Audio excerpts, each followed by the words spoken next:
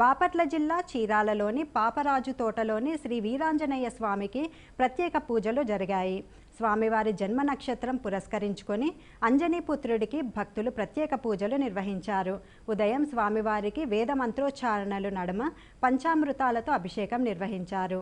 అనంతరం ఏకహారతి, నాగహారతి, కల్పవృక్ష, నాగ, సూర్య, చంద్రహారతులు సమర్పించారు. సాయంత్రం సువర్చల సమేత శ్రీ ప్రసన్నాంజనేయ స్వామివారి రథోత్సవం కన్నుల పండుగగా జరిగింది.